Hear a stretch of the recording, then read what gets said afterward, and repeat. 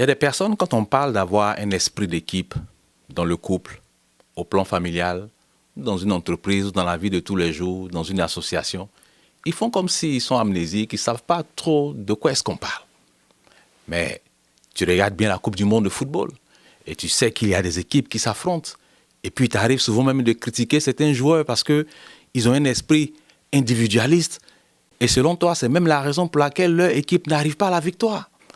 Avoir un esprit d'équipe est une valeur très importante pour qui veut réussir sa vie de couple, qui veut réussir son mariage, qui veut réussir dans la vie de tous les jours, quand on est dans une association.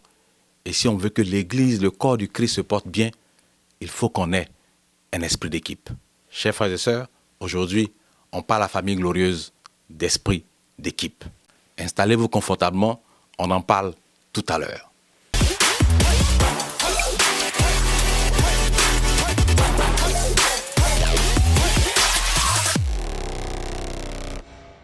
Avoir un esprit d'équipe, c'est à cela que la Bible nous encourage. L'esprit d'équipe est une arme redoutable que notre Dieu nous a donnée. Tu peux avoir tous les dons, tu peux avoir une onction formidable. Mais si tu n'as pas un esprit d'équipe, il sera très difficile de pouvoir faire avancer les intérêts du royaume. Notre Dieu le savait, que seul ça allait être compliqué, ça allait être très difficile. Et c'est pour cela que notre Seigneur Jésus-Christ a toujours voulu que nous soyons ensemble, que nous faisions les choses ensemble, d'un commun accord, qu'on se concerte pour pouvoir faire des choses pour que le retentissement, pour que la renommée de la parole de Dieu soit jusqu'aux extrémités de la terre. Il nous a dit en une phrase simple, mais très forte et très lourde de sens. Il nous a dit, soyez un, comme le Père et moi, nous sommes un. Il était en train de nous dire, chers frères et sœurs, de former une équipe. Il a dit à la jeune église chrétienne du 1er siècle, je vous enverrai l'Esprit Saint. Et l'Esprit Saint vous enseignera des choses. L'Esprit Saint va vous rappeler des choses. L'Esprit Saint va vous fortifier, va vous vivifier. L'Esprit Saint sera avec vous jusqu'à mon retour. Mais si vous avez des choses sur lesquelles vous ne vous entendez pas, ce n'est pas bien grave. Restez tranquille, restez calme. Et allez-y avec les choses sur lesquelles vous vous entendez. Fonctionnez avec les choses sur lesquelles vous vous entendez jusqu'à ce que l'Esprit Saint vous éclaire sur le sujet objet de discorde. La persécution romaine était farouche, elle était rude. Et cette jeune église, cette jeune équipe devait avoir un esprit d'équipe fort pour pouvoir vaincre, pour pouvoir surmonter toute adversité. Jésus tenait à cela, à ce que les chrétiens du 1er siècle soient unis, soient comme un seul homme, comme un seul corps, qu'ils aient un esprit d'équipe. Sans leur esprit d'équipe, nous n'aurons pas eu aujourd'hui la parole de Dieu disponible entre nos mains. Et cet ordre de notre Seigneur d'être un, comme lui et le Père sont un, était un appel clair à avoir un esprit d'équipe, parce qu'il savait que cela allait nous aider dans tous les aspects de notre vie. En se mariant, en nous unissant à quelqu'un d'autre, nous savons très bien que nous ne perdons pas notre identité.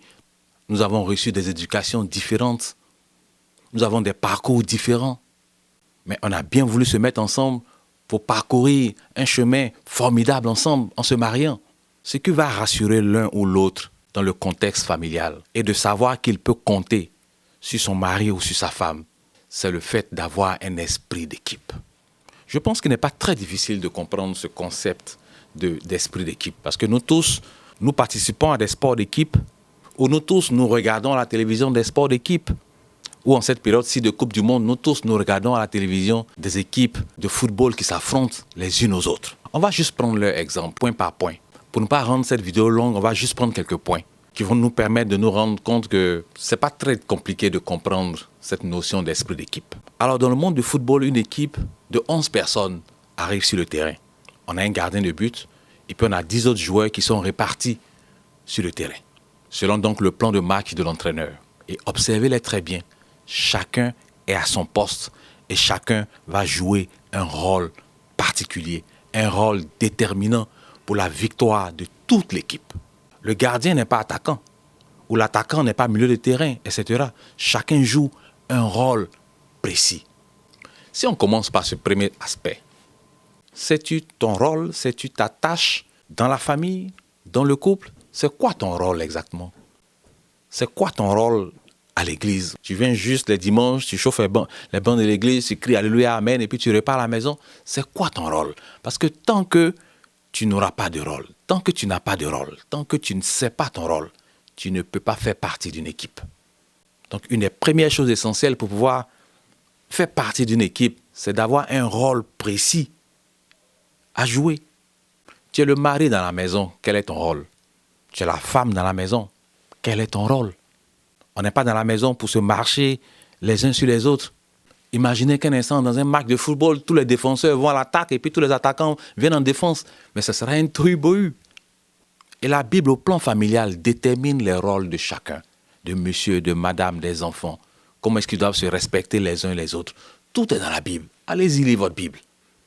Pour que votre couple, pour que votre famille mène une vie merveilleuse et harmonieuse, il faut que chacun sache son rôle. Parce que si les enfants se prennent pour des pères et mères, ou si les parents ont des attitudes d'enfants, mais ce sera très compliqué de pouvoir avoir un esprit d'équipe et de pouvoir permettre à la famille d'atteindre ses objectifs.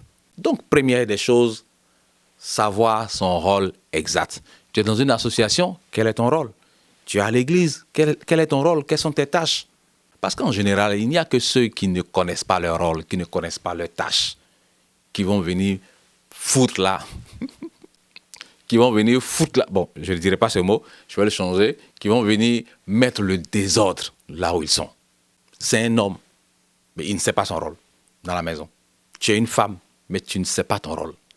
Mais tu vas tout gâter, tu vas gâter ton mariage, tu vas tout gâter. C'est parce que tu es à l'église que tu n'as aucune tâche. Tu ne sais pas qu'est-ce que tu fais là. C'est comme quelqu'un qui a été parachuté là. Tu penses que ton rôle c'est de venir crier Alléluia, Amen. C'est pour ça que tu es le premier à chasser les gens par ton comportement. Les brebis qui ont été durement acquises par des évangélistes qui ont bossé dur, quand ils arrivent, c'est toi qui te comportes mal et puis qui fait en sorte que ces personnes n'ont plus envie de revenir à l'église. Tu ne sais même pas ton rôle. Tu ne sais pas pourquoi est-ce que tu es là. Il y a beaucoup de choses à dire à ce sujet, mais on ne va pas s'attarder dessus. On va juste passer à un autre point. Quand on est dans une équipe de football, par exemple, on voit qu'il y a un capitaine. J'espère que vous ne pensez pas que le capitaine, il est là juste pour être figuratif, pour être un élément de décoration sur le terrain. Non, le capitaine, il joue un rôle important. On a 11 joueurs. S'il y a un problème sur le terrain, l'arbitre parle avec qui? C'est qui le responsable de l'équipe sur le terrain? Ils sont peut-être 11 talentueux, chacun jouant son rôle à la perfection. Mais s'il y a une chose importante que l'arbitre veut s'adresser à l'équipe, il ne va pas s'adresser à toute l'équipe. Il va avoir un premier responsable à qui il s'adresse au nom de tous. Si tu veux avoir un esprit d'équipe et que tu es dans une association, dans une église, tu es dans le cadre familial, il faut savoir qui est le chef. Respecter le chef et lui donner l'honneur qui lui est dû. Au plan familial aujourd'hui, plusieurs législations donnent le choix à monsieur et à madame de choisir qui sera le chef. Bon, au moins, ils ont compris qu'il faut un capitaine dans le bateau. Au moins, chose intéressante, c'est qu'ils ont compris qu'une telle institution qu'est la famille ne peut pas atteindre ses objectifs s'il n'y a pas de chef, s'il n'y a pas de capitaine. Mais nous, chrétiens, quel que soit le pays où nous vivons, nous savons que la Bible, à force de lois supérieures à toute autre législation. Et selon la Bible, c'est l'homme qui est le chef de famille. Et bien sûr que cela vient avec des responsabilités qui sont bien décrites dans la Bible. Comme je le dis, ce n'est pas un cours qu'on vous fait sur cet aspect. Il faut aller lire votre Bible et puis vous vous rendrez compte qu'effectivement, ces choses-là sont couchées par écrit par notre Dieu, qui est notre roi et qui est notre législateur par excellence. Avoir un chef évite le désordre. Avoir un capitaine nous permet de savoir qu'on sait qui prendra notre défense, qui va défendre nos droits, nos intérêts en cas de problème. À qui est-ce qu'on s'adresse quand la famille est en difficulté? Qui porte la responsabilité des réussites et des échecs au niveau de la famille? C'est la même chose également dans l'Église. Nous avons des conseils pastoraux et à la tête du conseil pastoral, on a un pasteur qui est le chef, qui est le leader. Alors si tu veux avoir un esprit d'équipe, il faut reconnaître le leader de l'association dans laquelle tu es. Il faut reconnaître qui a le leadership dans l'entreprise où tu es. Il faut reconnaître que dans le cadre familial, par exemple, la Bible a dit que c'est l'homme qui est le chef. Si tu penses que quelqu'un ne peut pas être chef sur toi, ou si tu te trouves trop intelligent pour que la personne soit chef sur toi, tu n'es pas obligé de te marier à la personne. Tu n'es pas obligé de faire partie d'une communauté, d'une église où tu ne reconnais pas que tel ou tel pasteur, tel ou tel homme de Dieu est chef sur toi. Si tu ne reconnais pas l'autorité d'un chef dans une association dans laquelle tu es, tu n'es pas obligé de continuer de faire partie de cette association. Parce que ce qui va se passer, c'est que tu vas créer un esprit de rébellion. C'est comme un virus qui sera insufflé dans l'association et qui va détruire toute l'association. Pourquoi voudrais-tu détruire ton couple? Pourquoi voudrais-tu détruire ton mariage? Pourquoi voudrais-tu détruire l'Église? Respecter les chefs est un ordre que Dieu nous a donné. La Bible dit de respecter toutes les autorités. Autorités politiques, autorités administratives, autorités militaires, etc., autorités au plan financier, sanitaire. Toutes ces autorités, tous ceux qui exercent de l'autorité dans leurs fonctions doivent être respectés. Cela crée de la stabilité au plan familial, cela crée de la stabilité au plan national. Et les choses vont bien quand on reconnaît le chef et qu'on agit selon les instructions du chef. Passons à un autre point et ayons toujours à l'esprit une équipe de football. Qu'est-ce qui fait qu'une équipe de football a la victoire? Qu'est-ce qui fait qu'en la regardant, on peut dire « Ah oui, ils ont un esprit d'équipe ». Comme je le disais tantôt, chaque joueur a sa spécialité. Chaque joueur est à son poste, a une tâche précise à exécuter. Et quand on est dans une équipe, on connaît son équipe. Tu ne peux pas dire que tu es défenseur et que tu fais fi des attaquants. Tu ne sais même pas que dans l'équipe, il y a des attaquants. Donc chacun d'entre nous sait le rôle de l'un ou de l'autre. Donc on sait où commencent nos compétences et puis à quel niveau que nous n'avons pas la technicité, que nous n'avons pas l'expérience pour accomplir telle ou telle chose. Et dans une équipe de football, ils savent ces choses. Ce n'est pas parce que j'ai la balle au bout du pied que je vois le gardien de l'équipe adverse que je vais forcément vouloir tirer et puis marquer un but de 20-30 mètres. Si je me rends compte que je n'ai pas la compétence pour ça et que j'ai un autre joueur qui lui par contre est mieux placé et qui a la compétence pour marquer des buts à cette position, mais je préfère lui faire la passe. Parce que ce soit moi qui ai marqué ou que ce soit lui qui ait marqué, mais à la fin, c'est l'équipe qui gagne. C'est comme ça qu'on se forge un esprit d'équipe. Et cette façon de faire, on peut l'envoyer dans notre vie de famille. Oui, tu es le mari, oui, tu es le chef, mais tu es désordonné. C'est-à-dire, toi, si on t'a confié les papiers des enfants ou les papiers de mariage ou les papiers de la famille, tu ne sais même pas où ça est. C'est-à-dire, avec toi, on peut chercher un papier dans la petite maison. Là. Pendant une semaine, on ne trouve pas.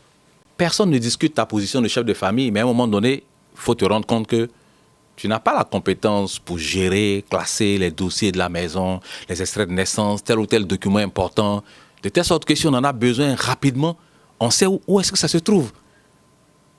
À un moment donné, il faut savoir faire la passe. Faire la passe à madame, par exemple. Peut-être qu'elle est plus rangée, elle est plus méthodique. Comme je le disais tantôt, on n'a pas tous reçu la même éducation.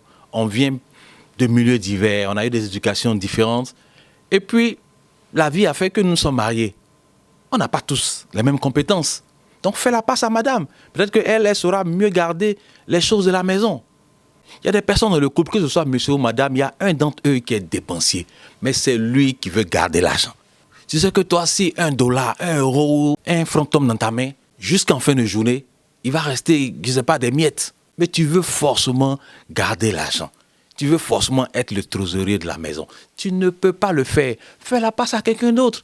Tu vas mettre toute la maison en péril, toute la famille en péril. Avoir un esprit d'équipe, c'est reconnaître simplement que ça, c'est mon défaut. Et puis l'autre, il est plus fort dans ce genre de choses. Je préfère lui faire la passe. Parce qu'avec lui, notre argent est sécurisé. Notre avenir financier est sécurisé. Mais avec toi, il y a un risque qu'on perde tout. Quand est-ce que tu vas reconnaître qu'on ne peut pas te confier la gestion financière de la maison? Tu vas tout gâter. Tu vas tout gâter. Et sur cet aspect, pour prendre l'exemple de l'église, mais j'ai vu des confrères, j'ai vu des pasteurs, j'ai vu des amis pasteurs. Dans l'église, c'est eux qui font tout. Mon ami, tu ne peux pas tout faire. Avoir un esprit d'équipe, c'est de savoir que toi, ta compétence commence ici et finit là. Et puis les autres aussi, Dieu leur a donné un esprit, une habileté, un don, un talent, dans lequel eux, ils te surpassent. Donc, à un moment donné, il faut leur faire la passe. Il y a des gens qui peuvent faire des logos. Il y a des gens qui peuvent faire de belles vidéos. Il y a des gens qui peuvent s'occuper de la sono correctement. Il y a des gens qui peuvent faire un plan, un joli plan pour la future église. Il y a des personnes qui ont un don, un talent, qui sont outillés pour l'organisation de telle ou telle manifestation. Tu ne peux pas tout faire, mon ami. Tu vas mourir avant ton heure, avant ton temps. Calme-toi un peu et puis délègue et puis fais confiance aux autres. Tout ça, c'est avoir un esprit d'équipe. Et c'est ça qui fait qu'on va loin. C'est ça qui fait qu'on gagne dans le long terme. Et un élément sur lequel je voudrais insister pour terminer cette vidéo, pour ne pas la rendre très longue. Quand vous regardez les sports d'équipe, principalement le football, comme on est en période de Coupe du Monde, on va prendre le football. Il y a des joueurs qui font partie de la même équipe et qui aiment jouer avec tel ou tel autre. Et même nous, quand on le regarde jouer, on sent qu'il y a une magie qui se passe quand ces deux joueurs-là sont à l'attaque. On sent que quand les deux sont là en même temps, il y a quelque chose qui se passe. On sent que quand tel attaquant est là et quand tel milieu est là, il y a quelque chose qui va se passer parce que les deux là s'entendent bien. Ils savent exactement à quel moment l'un ou l'autre a besoin de la balle. C'est-à-dire, eux là, ils sont arrivés à un autre niveau de l'esprit d'équipe. Ils connaissent leur partenaire. Ils peuvent anticiper sur l'action de leur partenaire. Ils savent que dans telle situation, l'autre va se placer comme ça, et s'il lui fait la passe comme ça, l'autre va marquer. Ils ont une lecture parfaite du jeu de l'un et de l'autre. Ils savent exactement ce que l'autre attend de lui. Mes chers frères, mes chères sœurs, ne faites pas preuve de paresse quand vous êtes mariés. Quand on est marié, on forme une équipe. Nous sommes des partenaires. Des partenaires doivent apprendre à se connaître. Tu sais ce qui énerve ton mari. Tu sais ce qui énerve ta femme. Tu sais ce qui l'irrite. Tu sais ce qui le rend joyeux ou la rend joyeux. Il faut savoir ces choses. Il faut savoir qu'à un moment donné, quand vous êtes en groupe, que tu la regardes, elle sait exactement ce qu'elle doit faire ou ce qu'elle ne doit pas faire. Elle aussi, elle doit savoir compter sur toi dans telle ou telle situation. C'est une bonne connaissance de l'un et de l'autre qui rassure les uns et les autres et qui fait qu'on se dit, on peut faire, comme on dit, très long feu ensemble. Mais si dès qu'une situation surgit, je te regarde et dans tes agissements, je me demande, mais c'est qui est-ce que j'ai épousé là? C'est qui ce gars? Je ne sais pas ce que tu fais, tes réflexions sont tordues. Et c'est comme si tu mettais ta vie en danger et que tu mettais ma vie en danger, la vie de toute la famille en danger. Mais quand c'est comme ça, vivre avec toi ne me rassure pas. Il faut regarder, il faut être attentif, il faut observer son conjoint, sa conjointe. Et savoir exactement ce qu'il attend de toi ou ce que toi tu attends de lui à tel ou tel moment. Les périodes de la vie ne se ressemblent pas. Quelque chose qui était utile il y a 5 ans peut ne pas être utile aujourd'hui. Il faut se mettre à jour.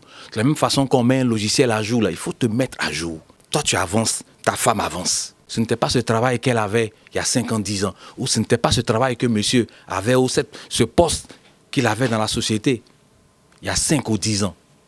Est-ce que tu as mis tes informations le concernant à jour pour que l'esprit d'équipe soit toujours là, pour que l'esprit d'équipe soit toujours renforcé? Et c'est la même chose qui se passe souvent dans nos églises. On laisse des talents partir. Parce qu'il y a eu telle ou telle situation sur laquelle on ne s'est pas bien entendu. On se dit, s'ils veulent n'en qu'à partir, dans tous les cas, il y aura d'autres personnes qui vont venir. Non, on ne peut pas construire quelque chose de solide, quelque chose de durable avec une telle façon de penser. De la même façon qu'on lit la Bible pour savoir ce que Dieu attend de nous. Mais en observant les autres et en vivant avec les autres au sein de l'église, au sein de la communauté, nous devons savoir ce que les uns attendent des autres. Il y a des gens qui sont dans les églises pour lesquelles on prie pendant 1 mois, 2 mois, 3 mois. Mais le jour qu'ils sont bénis, ils quittent l'église. Mais comment on peut former une équipe avec ce genre de personnes qui peuvent partir à tout moment? Des personnes qui varient en fonction de leur bénédiction, en fonction des ressources matérielles qu'ils ont en 2024, en 2025 ou en 2026. Mais on ne peut pas former une équipe avec ce genre de personnes. On ne peut pas compter sur vous. Quand on est dans une équipe, on doit être capable de compter les uns sur les autres. Il y a tellement de leçons à tirer en observant une équipe de football, de la façon dont ils se mettent ensemble. Ils conjuguent leurs efforts pour pouvoir atteindre un but commun. C'est donc sur ces quelques exemples que je vous laisse, en espérant que vous avez compris l'importance d'avoir un esprit d'équipe partout où vous êtes, dans votre vie de tous les jours, en famille, que vous soyez marié ou pas, que vous soyez dans une association avec des amis, que vous soyez à l'église. Il faut que vous puissiez que vous puissiez développer au fur et à mesure un esprit d'équipe. C'est comme ça qu'on va loin. C'est comme ça que la famille gagne. C'est comme ça que l'église gagne. C'est comme ça que l'entreprise gagne. C'est comme ça que le pays gagne. Sur ce, shalom à vous. Que Dieu vous bénisse.